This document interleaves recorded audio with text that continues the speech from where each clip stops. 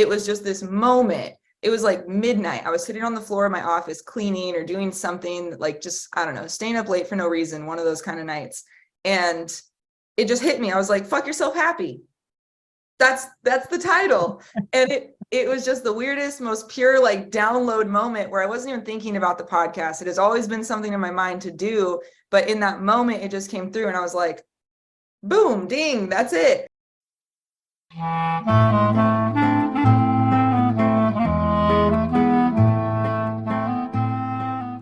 Welcome to Couples Therapy in 7 Words. I am your co-host, Judy Alexander, and I'm here with my husband, Dr. Bruce Chalmer. Hello, Judy. Hello, viewers and listeners. We're back to viewers and listeners. And the way we're doing it now, folks, and I want to explain this for the benefit of wherever you get this from. Most of you are hearing this because what we do is we're posting the sound to all the podcast platforms. So wherever you get your podcast, you're probably just getting sound only. But I will tell you, if you want to see us and see our guest, and we had a fabulous interview today, we'll get to that in just a second, then all you have to do is go to my YouTube channel, Bruce Chalmer, or if you go to my blog, or we'll put a link for this also on our CTN7 website. Anyway, one of those ways you will get to the YouTube version and you actually get to watch it as well as hear it. And so we hope you will do that. So, Judy, tell folks the title of our episode today. From Sex Worker to Relationship Coach, an interview with Hannah Spanke. You know, we've had lots and lots of fascinating guests on our program, and she is among the most fascinating. Yes, I don't like she to is. pick a favorite among all of our various, children or whatever, She's got quite a story. she has a wonderful story. Yeah, and just, and sometimes it's the story of the person themselves that is so inspiring. Yeah. And she's just so intelligent and so just well-spoken. yes, really just enjoyable and lively and interesting and all that stuff. So we hope you enjoy that. And so that'll be coming up in just a bit. We first want to put in a plug for a couple of things. First, let's plug the books that we're touting on this. So we have Bruce's book that started this podcast, Reigniting the Spark, Why Stable Relationships Lose Intimacy and How to Get It Back. And the latest book, Reigniting the Spark, sorry. That was the other one. Latest book is not about communication, why everything you know about couples therapy is wrong. Exactly. And so if you go to our website, ctn7.com, you'll find information about how to acquire those books. I also want to put in a little plug for a couple of little booklets that I've also put out recently. Yes. One of them is called 7 Words to Jumpstart Your Love Life. 7 Words to Jumpstart Your Love Life. What a provocative title, right? I wonder what those 7 words can be. Oh, I wonder what, yes. Stick around where you'll find out. Exactly. And you can go to Amazon.com and search for that and pay whatever it is I put on there, $2.99 or something for it. But why would you do that when you can get it for free? How can you get it for free? All you have to do is sign up for Dr. Chalmers' newsletter, which you can do right from ctn7.com. When you go to our podcast website, and you'll see there's a box that appears. Click on the box, sign up, make sure to confirm your email if I don't already have it, which for most of you I probably don't. And then you will get my newsletter. And along with that, when you get the first, get the acknowledgement of signing up, you will get a link that will take you right to a free download of that book that otherwise you could pay $2.99 on Amazon for. Fantastic. I might be running a 99-cent special when this airs. I don't remember, but you don't even pay 99 cents. Get it for free for crying out loud. All right.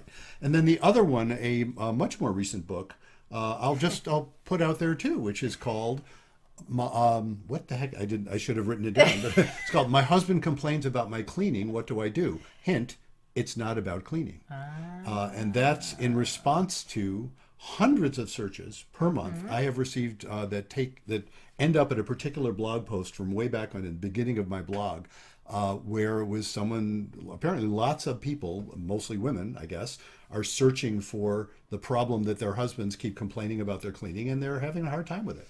And so I wrote a book, which is, and it sounds like a excessively specific title. It's not. I mean, I cover a lot of the same stuff and apply it to that particular circumstance. So that one is available for sale on Amazon, and you can find that there as well. So I hope you'll check into all those things. All right. So without further ado, let us go to our interview with Hannah Spanke, and we will see you on the other side. Our guest today is Hannah Spanke. Here's how Hannah describes her life. The long story short version of how I became who I am is this. I entered into the world of sex work, starting with prostitution at the age of 16, and stayed in that world for the next 7 years.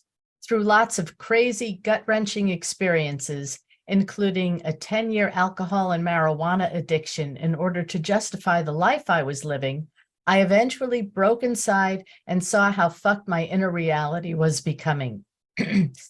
At almost 23, I left the sex industry for good and spent the next 4 years deeply healing myself from the inside out.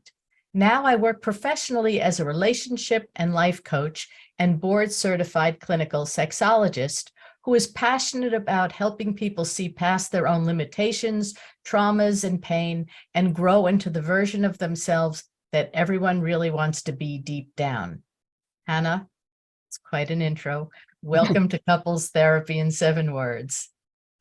Thank you. Thank you for having me. I suppose I wrote that, but it's been a minute. And so that was refreshing for me to hear back too.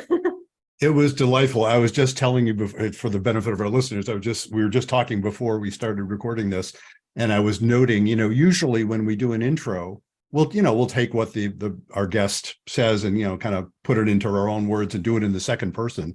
But I was saying to Judy, what you wrote was just so much more interesting than anything we would have come up with, that I figured, well, we'll just quote you. So there we are. Nice. So tell us a little bit about that path, and well, I guess it's going to be more than a little bit about that path and how you got to where you are today. So I'd like to hear that in your own words. Yeah. So specifically the kind of transition out of it, is that what you're asking about? Any part of it, in it, out of it? Out of it. Yeah, whatever you think you'd like to be talking about. Okay, cool. So taking into consideration the show itself, I think kind of having a relationship angle is going to be helpful for the listeners. The very thing, absolutely. Yes. So when I entered into the sex industry at 16, I didn't consciously know that that's what I was doing. I did it. It was like a desperation out of a need. I'm going to do this thing, solve this one problem. I'll never do it again kind of a thing. And then that is not how it played out. It was a one-time occurrence. And then about a year later, I stepped back into the industry in other ways. I was still underage, I was still under 18. But I knew, at least in California, for house stripping companies where they're dancers for like bachelor parties or whatever, where it's not a physical brick and mortar location, you don't need a social security card. And so I had a fake ID and I was able to do that for a little bit. And then eventually I started working at an actual club once I was old enough. All throughout that time, pretty much from like 17 on, I was in serious relationships in my own personal life, like long-term relationships, anywhere. I had a couple that were like 2 or 3 month long kind of fling things, but most of them throughout the whole time that I was in that industry were 2 to 3 years at a time, these long-term relationships. And as you can imagine, it was always difficult. There was always a lot of conflict between what I was doing for money and what I was, trying to keep separate in my personal life, but it never really was separate because we can't really separate things like that. I was compartmentalizing it, but it was all still very much connected. So after so many years of this inner conflict, and with the alcohol and the marijuana piece too, like successfully numbing myself enough to where I could stay a little bit dissociated, I could stay keeping those things in their own separate boxes. My boyfriends couldn't. It was really hard for them because and I have so much empathy for them now, more than I did at the time. They were only seeing it from their perspective. Their livelihood, anything to do with money or how they were surviving, had nothing to do with me, with my work. That was only impacting me. And so I was justifying it in ways that they couldn't. And it just created a lot of conflict. So after a long enough time of me repeating the same pattern in relationships where I felt like I was always trying to prove myself, no, that's just for work. I really love you though. This is how much I'm willing to show you. And then I would overextend myself, overgive, put up with things that I didn't actually like. The run of the mill unhealthy relationship patterns. I was doing all of them to try to stay getting these like breadcrumbs of acceptance from my partners that didn't actually accept me fully. And eventually I woke up to the realization, like, inside, outside, same. Everything we're experiencing is a mirror. None of this is happening out of pure coincidence or accident. I'm choosing these partners because on some deep level, I don't approve of myself. And so this reflection of somebody that doesn't accept me is comfortable on some level, even though it's uncomfortable. It's familiar, Yeah. And so that awareness, it was a very, very hard time when I was really waking up to how disempowered I actually was living, because I was selling myself for years the story that I was so empowered, girl power, I'm choosing to do this. And now my whole philosophy on it is the complete opposite. And so waking up to the realities of like, wow, I'm creating so much suffering in my life, especially in my romantic life, and I'm the only one that can do anything about it. I truly was motivated by wanting to be in love. And so that was, and have it work, and so that was kind of the light bulb that led me to start doing the inner work to get out of that industry. So did you come from a dysfunctional background growing up? Yes, for sure. Yeah. So my parents separated when I was 5. My mom had a severe drug addiction for many, many years after that. So she left, and I was raised by my dad on his own for most of my childhood. And then I chose to go back with my mom late teens, which was when I had that first prostitution experience. She had demonstrated some of that. It was a very low income situation. I would ask for money for something for school or money for whatever. She'd say, I don't have it, but I can go get it. I'll go see so-and-so, I'll be back. She would leave and come back and have money, so it wasn't explicit, but it was in my face enough to where I was like, I know they're not giving you money for no reason, So that was one example. And then on my dad's side of things, his influence, he was always just very non-committal, real serial dater. He always had a girlfriend, but he always had like dating apps open, and he was always not calling them their girlfriend in conversations with other people, things like that. So it really painted this tone of like, it taught me, in essence, it taught me that I needed to do something, whatever the thing was. There was always this gap that I was trying to fill to be chosen. I witnessed my dad never choose a woman fully. And so I learned that was like the standard. I needed to present myself a certain way or do something good enough to be chosen. And when that wasn't working, the pain of not being chosen finally caught up with me. And I was like, oh, there's some inner work that needs to be done here so I can actually be a match for the partner and the relationship that I want. Yeah. Wow. It's so interesting as you're telling that story. I'm reflecting on the couples that I've worked with for years. There's so many, especially women, much more than men, I think, especially women who could have told a very similar story, except for the sex work part. Do you know what I mean? It could have been very similar. It's like, I realized I really wasn't valuing myself. I thought I was, but I really wasn't. I hear that a lot from women. Well, you guys are the experts on women in the conversation at the moment, not to mansplain to either one of you guys, but that is, it's interesting to hear, because it puts the, when people think about sex work, and it's one of the things we were fascinated by, Judy especially was listening to some of your podcasts, and I was catching part of them. And, it's fascinating to the stereotypes people have in their mind about people who do sex work. And, hearing you telling it, and I have over the years met other women who had a history of doing sex work, but it's fascinating how, what's the word I would use? Almost prosaic. It's like, well, it's just another way of enacting a lot of stuff that people enact different ways too. Does that make sense? Yep. It's very like tabooized in our culture, but it's just one more expression of trauma and dysfunction, just like you're saying. Yeah. Yeah. Well, I just want to say that for our listeners, that the name of your podcast, Fuck Yourself Happy. Yeah, could you explain that?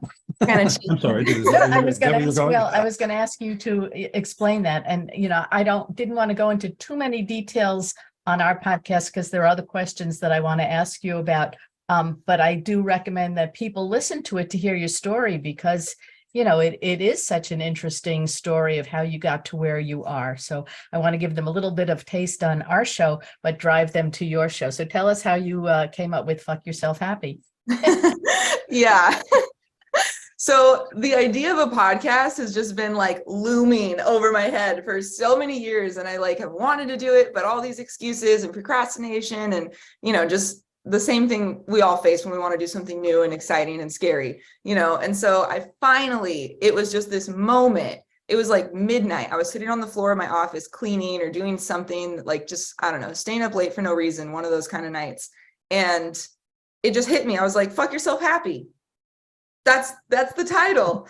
And it was just the weirdest, most pure like download moment where I wasn't even thinking about the podcast. It has always been something in my mind to do, but in that moment it just came through and I was like, boom, ding, that's it. And so in that moment, I like got on Google, figured out how do you start a podcast? I stayed up till like 3 a.m. that night and I recorded my first episode and like everything right then and there. So it felt like some divine sort of inspiration in the moment, but it really clicked for me like in my human mind because it meant a few different things to me. Fuck yourself happy.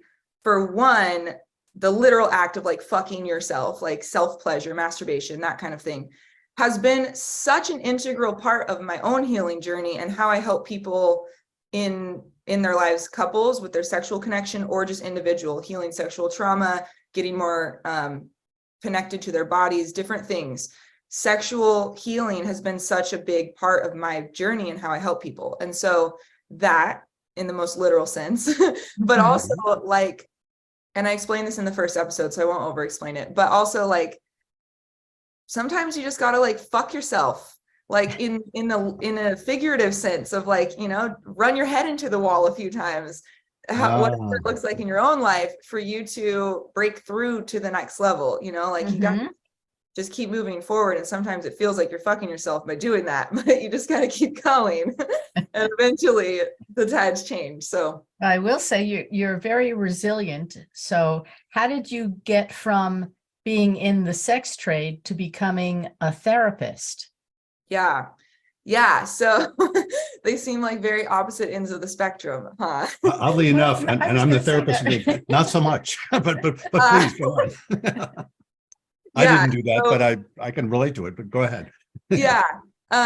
So I know I've heard like jokes here and there about like strippers being like therapists in disguise or whatever, because guys would show up to the club and just like, they take off their suit that they show to the world. And then it's just this like totally like unhinged version of themselves that they share with these girls that they do not know, that they think are liking them, that they're not really liking them. They're paying them for their, it's this weird fabricated dynamic where the guy is like, for whatever reason, comfortable to just like expose himself in a number of ways. And so there's some truth to that. I think a lot of girls in that industry, they're not treating it that way. They're just capitalizing on the guy's vulnerabilities or attention or whatever, which is what I believe the guy is consenting to by walking into that building. But I was conscious of it. I was aware. I was like, this is not normal. This is not a normal conversation that you'd have if I met this guy in the coffee shop. He's telling me a lot right now. And then as I transitioned out of the strip club, because it's just a very, very toxic, heavy environment, really dense for a lot of reasons, I left the environment because it was taking a toll on me, but I was still in the industry. I was still very tied to it. I didn't know how to get out at that point. And so I started seeing my clients privately, and it turned into like a full-blown escorting type of situation. And all of my clients in an even more private setting now, not in a little tiny dance booth, but now in like a hotel room, for example, they just got even more vulnerable and they were telling me more and more and more about themselves. And then, fast forward a few years when I stepped out of the industry and was really scrambling, thinking like, what can I do? What am I good at? What do I know? What do I have to offer? It was this other light bulb moment where I was like, I know so much about like that character and why their relationships are failing. I know so much and from such a like unique backdoor kind of way of why these men are stepping out of their marriages. Why aren't they talking to their wives? Why are they single at 50 when they have all this other success and all these things going on, and like, why are they emotionally available? Like all of these things I could see as something that I could really provide value for these men and the women that would end up being in their lives or were in their lives already. So why are the men stepping out? Why are they cheating on their wives? Why are they doing all these things?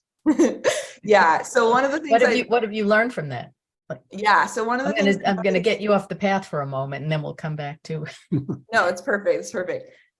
One of the things I noticed the most consistently with all kinds of different types of guys was because I would start asking personal questions. So why haven't you told your wife about this thing? Does your wife, what does she think about this? And it was so open to the point where I could ask them things like that.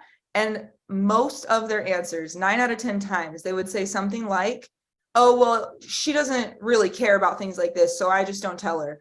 Or she would say no if I told her, so I just like, she's not interested. I just don't bring it up. And so it wasn't like failing communication, like they were telling their wives XYZ and their wives were shutting them down.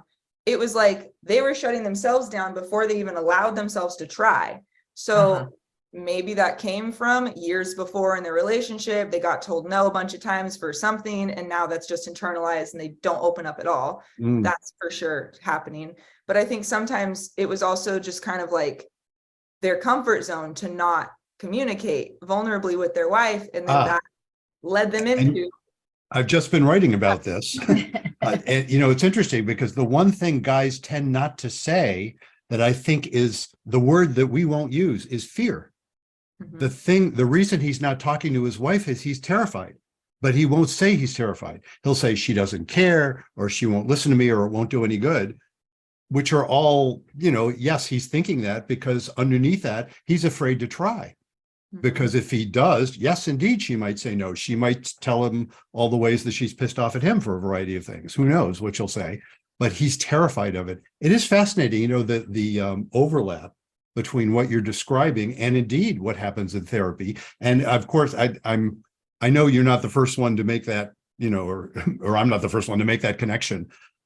People have noted that before. The idea that you're paying a therapist to care about you. And it seems artificial. And of course, to be an effective therapist, you have to genuinely care, but not genuinely care the way sometimes people start thinking you're doing, especially in individual therapy. That concept of transference, where sometimes people will just assume you're in this much deeper relationship than you better be. Right.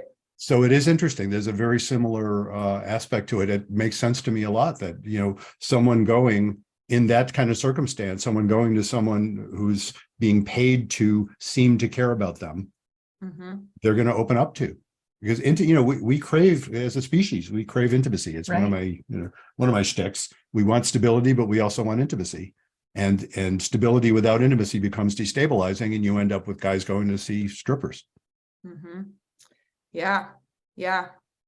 I couldn't agree. So let's get back to how you got into the therapy part of this. Oh, I want to put in something there, actually, a little intermediate step, because you mentioned along the way, you finally were able to recognize you weren't really loving yourself. You thought you were, but you really weren't. And I'm just curious how you came to that moment. It's like what folks in 12-step programs will talk about is hitting bottom or something. I don't know if that was your experience, but I'm curious, what was that step? And then indeed, how'd you go from there to being a therapist, or a relationship coach? Yeah. My come to Jesus moment. Yeah. So, I mean, when I think about it in hindsight, there were probably a lot of them, and I was just kind of bypassing them and like, oh, I'm not really ready to see that yet, and then now I can see them all in hindsight. But one moment, and I'll be quick with it because I could tell the story as if it's like a 3-day long experience because it felt like it. So my boyfriend at the time, this was what I would consider my last like unhealthy relationship, when I was still totally in all of that programming, all of those old behaviors and lifestyle and everything before I started to change anything. This last relationship, it was on its last legs as well at this point. But I was starting to kind of want to be better for myself. I had quit drinking a few months before this, and I started doing this like really intense fitness mindset program.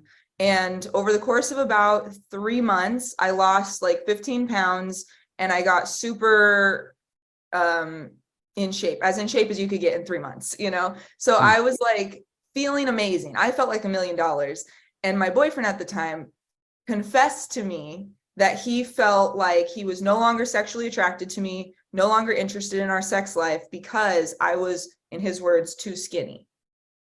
Oh my. Wow. So, right. And so Takes all kinds. Well, yeah, it was very, yeah. So it was, at first I heard him and I was like trying to be all conscious and guru. And I was like, thank you for telling me. It sounds like that was hard for you to say, and like trying to coddle him.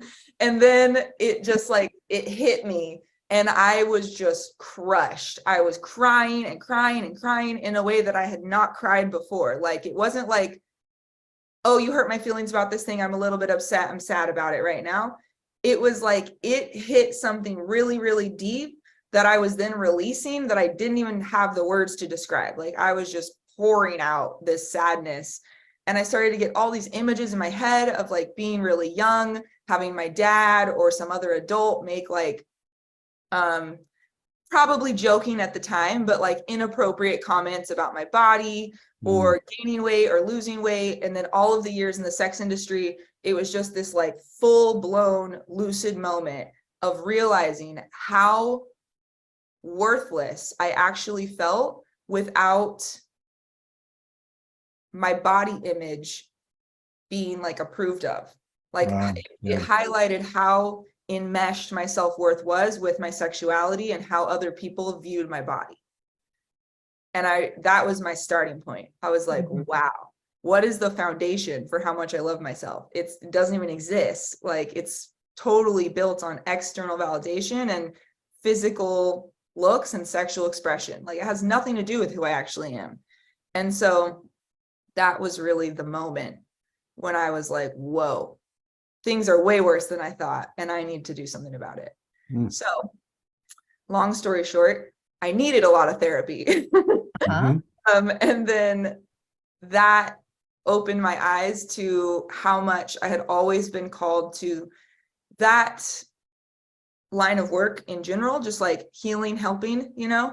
I remember being like 12 years old before I'd ever even kissed somebody, Googling like, what is a sex therapist? How do you become a sex therapist?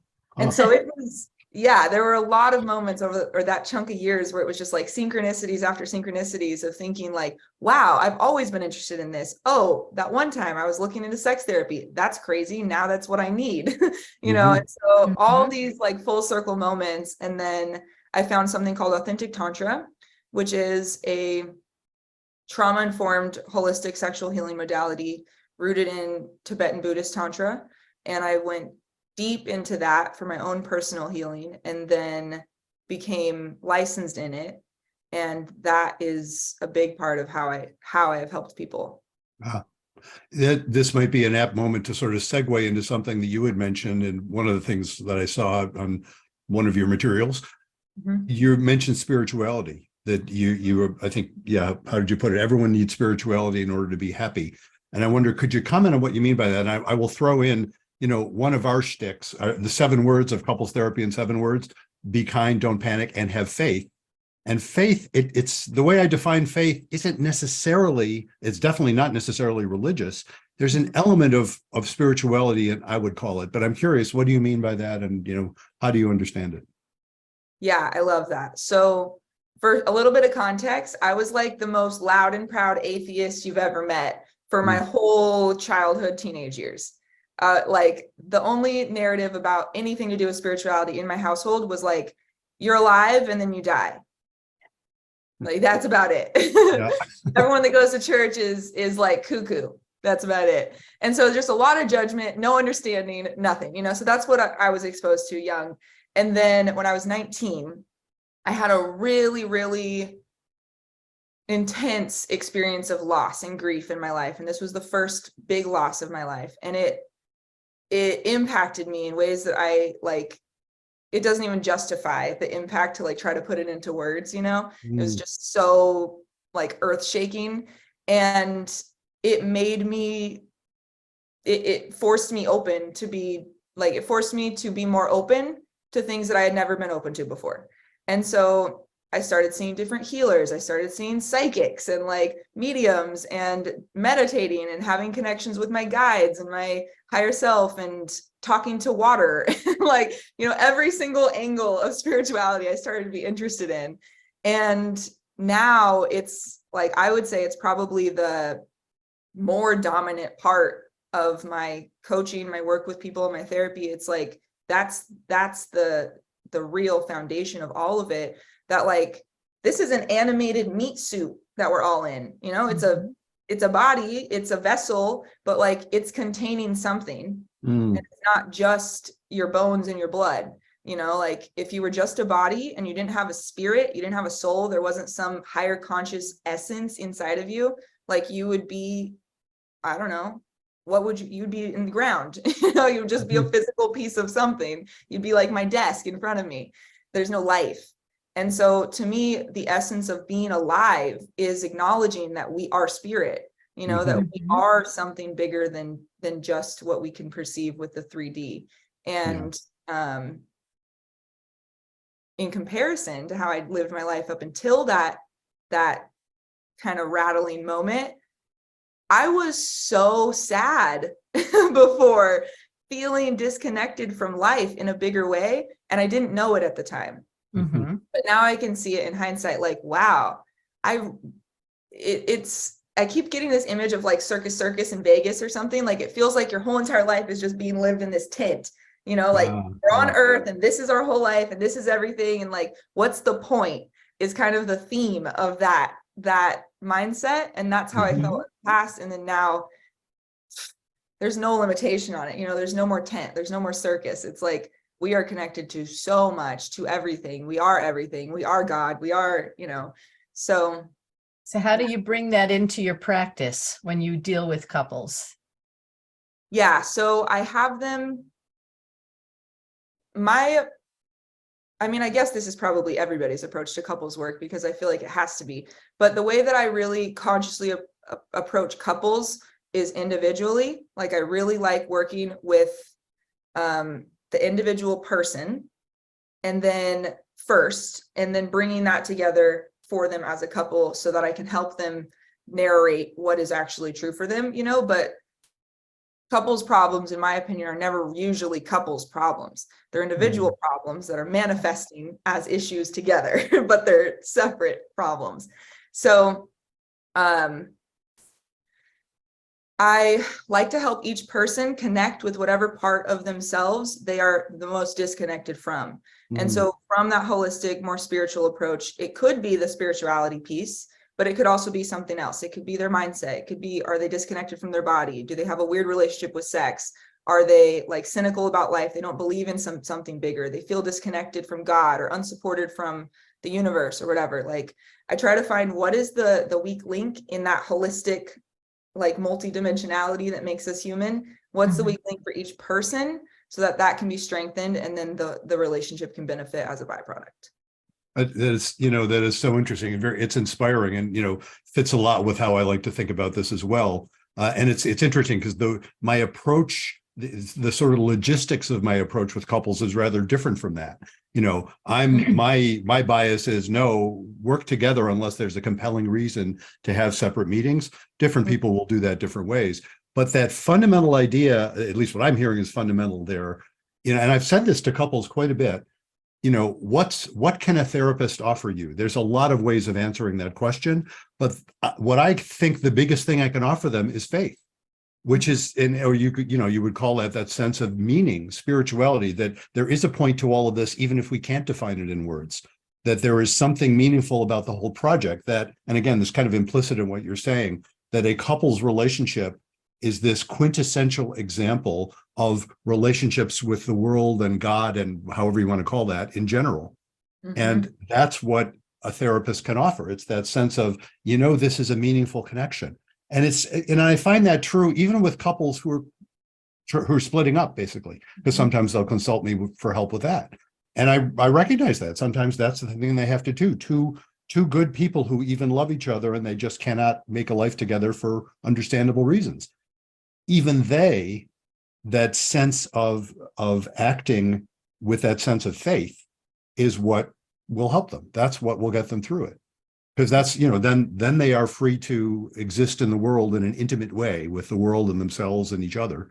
And it'll come out okay. And that's kind of the assumption of whatever faith means. It means that reality is right to be what it is until you work with that. And it's interesting because you mentioned that the alternative to that is a sort of cynical view that would just say, life's a bitch and then you die.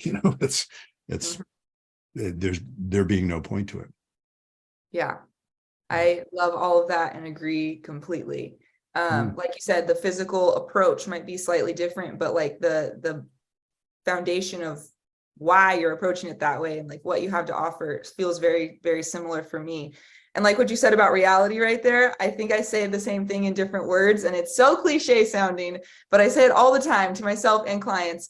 Like, that's what was supposed to happen, because if it wasn't, it wouldn't have. Yeah. Yeah, I'm a great fan of reality. It's like, you know why that happened? Because it did. Right. It's like, apparently all the various forces converged and that's what you got, Yes. So you better work with it. Yeah, I love that. Arguing with it. Yeah. Like reframing everything as a gift, and not in a toxic positivity, like just spiritual bypassing, like, oh, let's blind ears to all the bad stuff, because things are hard sometimes and that's valid. And none of it is purposeless. In my opinion, it all has value. The hard stuff, the easy stuff, the happy stuff, the sad stuff, like it all has value. And seeing the value in all of it, I think, and offering that to my clients can really help people get through a hard time together, even if they're separating. It can like create this sense of closeness that like, this is important for both of us individually, even if we're choosing to go our separate ways, out of love, versus the common narrative of breakups that it's just horrible and hateful and like coming from negativity. I really like helping people rewrite that story. And then for couples that are thriving and just want to do better, or resolving something or repairing something, like the belief that this is something that you guys are now able to create intimacy from. Like, conflict can create intimacy and should create intimacy, in my opinion, when it's handled correctly. When it's done right, it brings you closer together. Yeah. And you do retreats too, don't you? So I am officially, yes, but I have not hosted my first one yet. So yes. So you're offering retreats. You're offering retreats. Okay. Yes. Yeah. What kind of retreats? Like what do you do? Or Yeah. what would you plan to do? Let's put it that way. So I do plan to host couples retreats starting next year. I originally was going to do that this year, and then I shifted gears and I have launched a women's retreat. It's going to be late October. And so I'm really excited about that. The date, a lot of stuff has changed about it, but now it's all set in stone for women in October. And relationship status is pretty irrelevant for that one. You can be married, you can be single, you can be lesbian, you can be straight, it doesn't matter.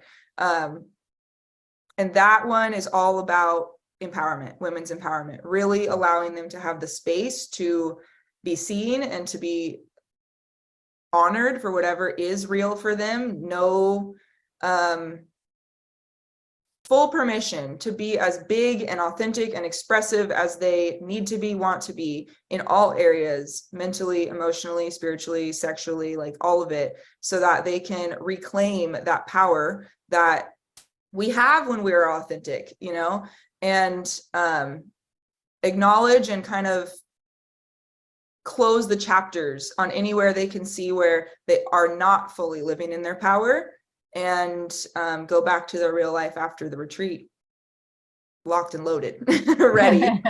Where is it going to happen? Like where that one's going to be on the Big Island in Hawaii. Oh, my. I might need to take a retreat. Yes. It's going to be really, really cool. I'm really excited. Where are you located? It's funny, with folks, some people are seeing this on, audio or video, and some people are just hearing it. But in any case, nobody would know where we are. There's no such thing as where anymore. But I am curious, where are you? Yeah, so currently I'm in Northern Kentucky. This has been an odd stint of my life, but I'm moving back to California, which is where I'm from, and I'm going back to San Diego in a little less than 2 weeks, actually. So I'm really excited about that. Yeah, neat. Yeah. Where are you guys? We're in Vermont. Okay. Is it still snowing? No, It's in amazingly. the 80s. We just had and that was a Wow. record. Yeah. That's unusual for Yesterday April in was Vermont. 88 degrees up here. Yeah, that broke records by a number of degrees. It's really strange right at the moment, but So getting back to all the other stuff and that, how did dealing with trauma, Mhm. when you are dealing with patients or your clients that come to you with certain traumas, how do you help them process that? Mm-hmm. Yeah, so there's a few things that come to mind that are just really like staples for everybody that I work with, that I'll touch on, but I also like to just really get a feel for like who is in front of me. Is it a man? Is it a woman? Is it more than one person? Do they have where is their comfort zone for processing things? I like to get a feel for that. Like, are they going to appreciate more of a mental, like, let's talk through it approach? Are they going to appreciate me leading them through some sort of embodiment experience where they can just go straight into it? They don't need to understand. I try to get a feel for who's in front of me, because I know for me, I can be very cognitive. And so when someone is trying to lead me through something that I don't understand, I'm in like full resistance, so I like to cater to whoever's there.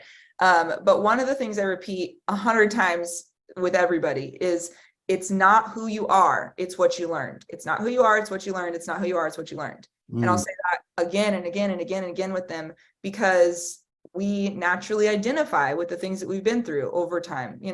I'm an anxious person, I'm a depressed person. No, you're not.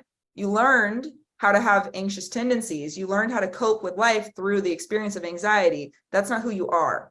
And so the first thing I can really help people with is unpeeling those things, realizing that your identity is something that is created and it can be changed over time. And the parts of it that are not feeling helpful for you, the parts of it that feel like obstacles or like something negative or like something that is a challenge for you personally, those are parts of your identity that probably aren't actually who you are. They're probably things that you learned that you believed because you were so young, it just got stamped on you like a footprint. You now believe that's who you are, but it's not. And so giving them the permission to have like a space, like a buffer of space around them between who they think they are and who they might actually be. And giving them that little permission slip can be really, really helpful. And then the other thing I like to use is the example of a cell phone, because we all have smartphones. We all get that, that physical, tangible example. You have an iPhone, let's say you have 100 gigabytes on your iPhone of storage. When your iPhone gets to that 98 gigabytes or 99 or whatever, you start getting the thing on your phone every 5 minutes that says like iPhone storage full, you need to clear your phone out.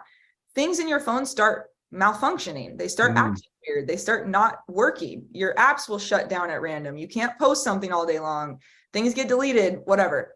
Same exact thing happens with your nervous system. Like your nervous system, we could think of it just like a cell phone. It takes data in and it stores it when it isn't fully released. If you take a picture, you delete it in your phone, that was like a full process. It went all the way through your phone. The example for the nervous system, if you experience something and you're able to process it and it's fully felt, let go of, that was a full, complete experience. When we experience something that isn't able to be completed, like let's say you get really stressed out at work because of something, but because you're sitting in a business meeting, you can't stand up and scream. And so that stress response gets now trapped in your body. It's never completed. Then that's like 1 gigabyte of storage is taken up. Another gigabyte of storage is taken up. And eventually our nervous systems get, just like an iPhone, too full. Yeah. Then we start to malfunction. We can't take a deep breath. We can't sit still without tapping our foot. There's something going on that's like, we're overstimulated, we're dysregulated. And so that's usually a definition, I guess, or explanation of trauma and conditioning that people can easily understand. You're kind of like the poster child, I would say, for you're not who you were. Yep. So if you could go back and talk to that 16-year-old who's about to put that ad on Craigslist, soliciting men, what would you say to her? I have there's different answers to this question in my head that are like opposites. So from the one angle of if you could go back and change anything. Not change, say to her. Right. Okay. So, or change, well, I'll let you take it. Yeah. So on one hand, I on one hand, I like the idea of being able to go back and tell her, like, you don't have to do these things. You are good enough. You are valuable. You can, you have so much more to offer than what you might think, and give her the encouragement that she was missing that allowed her to be in that position. But at the same time, like, just like what we said a minute ago, like, if it happened, that's what was supposed to happen, because if it wasn't, I wouldn't have, like, I wouldn't change anything, truly, if I had the power to. And so I would just, like, it'd be more of like a buckle up kind of a conversation of like, you're going to be okay. You're going to go through some shit. You're going to be okay. And all of it is going to be something that is your gift in the future. It's like turning the mess into the magic, your pain into your purpose. Like, this is something that is going to be a lot bigger than you. And it's like the fire that you have to walk through so that you have access to this medicine inside of yourself to bring to other people. So just prepare and you're gonna be all right. That's that answer, it's very similar to, on occasion, I've met with people who are like paralyzed in an accident, for example. And some years later, if they're, by the time I'm talking to them, I'm usually not seeing them like right after that. Right. And that question, if it ever comes up, or they'll tell me, people have asked them, would you get in the car or would you get on the motorcycle if you knew, and, on the one hand, who wants to go through an accident, on the other hand, they will say, but I like who I am, and I would not be who I am now if I hadn't gone through that. So I wouldn't change a thing. And it's really quite remarkable. And that, when I think of sort of the epitome of faith, that's what I mean by faith. It's that sense of reality's right to be what it is. Isn't that interesting? It's like, I wouldn't wish it on anyone, and yet here it is. And look how we all turn out. Isn't that amazing? Makes you what you are. It makes you what you are. Exactly. And what you are is right, even when you still want to make some changes, but what you are is right. That's the fundamental sense of faith. And that's, it's interesting. I was also thinking, Hannah, as you said that had you not gone through all of that, we wouldn't be having this conversation. You wouldn't be helping the people that you help. You wouldn't have the insights to help people. That's another thing I've heard from lots of folks who have survived various kinds of trauma, that when they have processed it, they, again, they'll say similar things, grateful for what I learned, even though it was really hard.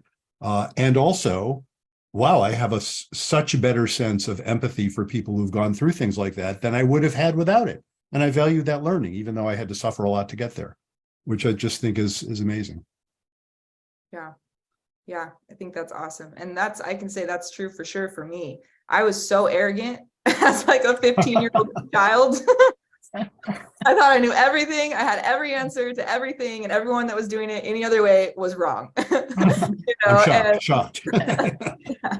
And so, like, going through my whole thing that I've gone through now, that's, I couldn't even think that way if I tried. Like, it's a joke to say it. Yeah. Well, that's what we think when we're 15. We know everything. It is. Well, and I can't resist a plug for my most recent book. The subtitle of my most recent book, the title is "It's Not About Communication," which is already a little provocative. And the subtitle is "Why Everything You Know About Couples Therapy Is Wrong." And I point out in the last chapter, by the way, it's not just you. Everything I know about couples therapy is wrong also. Simply by way of saying, yeah, when you think you know shit, when you think you better look at that, because you really don't. And I know that. And as what an odd thing for an old man to be able to say, gee, I'm capable of a lot of arrogance. I've been my whole life. But I think what happens as I get older is at least I can recognize it. At least I can say, well, I know I'm being arrogant, and it's kind of silly because deep down I know better, but there it is. Yeah. With the authentic Tantra part of my education, the Tibetan Buddhist roots of it, I've learned a lot about Tibetan Buddhism in the last few years because of that, and a lot of the teachings. And it's really interesting. It's a very it's humbling to learn about these teachings and what all of these enlightened masters and Buddha type people, what their experience of enlightenment is, because it's often described as almost it's nothing. It's nothingness, it's emptiness. There's no attachment, there's no good, there's no bad, it just is. And to wrap your head around that when you're coming from any place of ego is impossible. It's it really highlights where your ego's still alive and where that arrogance might still be, because it's that can't be enlightenment, you know? Like, who am I to say that, you know? So it's just funny. Yeah, indeed. Yeah.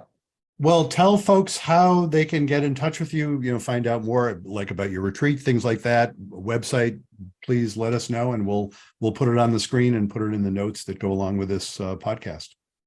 Cool. So my home on the internet, I would say, is Hannah Spanke on Instagram. So Instagram is like where I post stuff pretty much daily, free content. It's a really good place for people to kind of like plug in, click the follow button once, and then I'll be there, you know, and you can interact and see how I do things. And if you're interested, you can always reach out there and we can connect more. So Instagram at Hannah Spanke. I'm also on TikTok, same name at Hannah Spanke.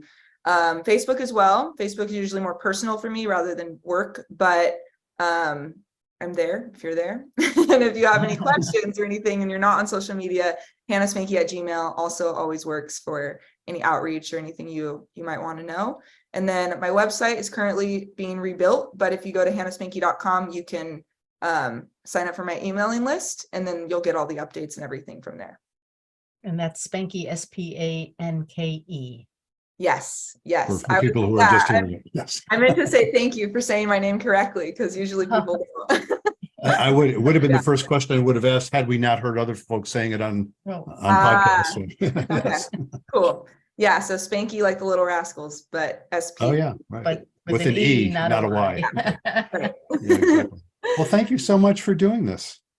Thank you. This has been very enjoyable. Thank you.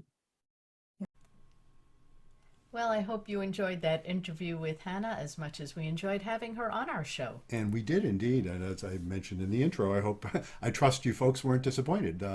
It was just a really fun interview. Yes, and check out her podcast because she's, as I mentioned during our podcast, she's got quite the story and very interesting. Indeed.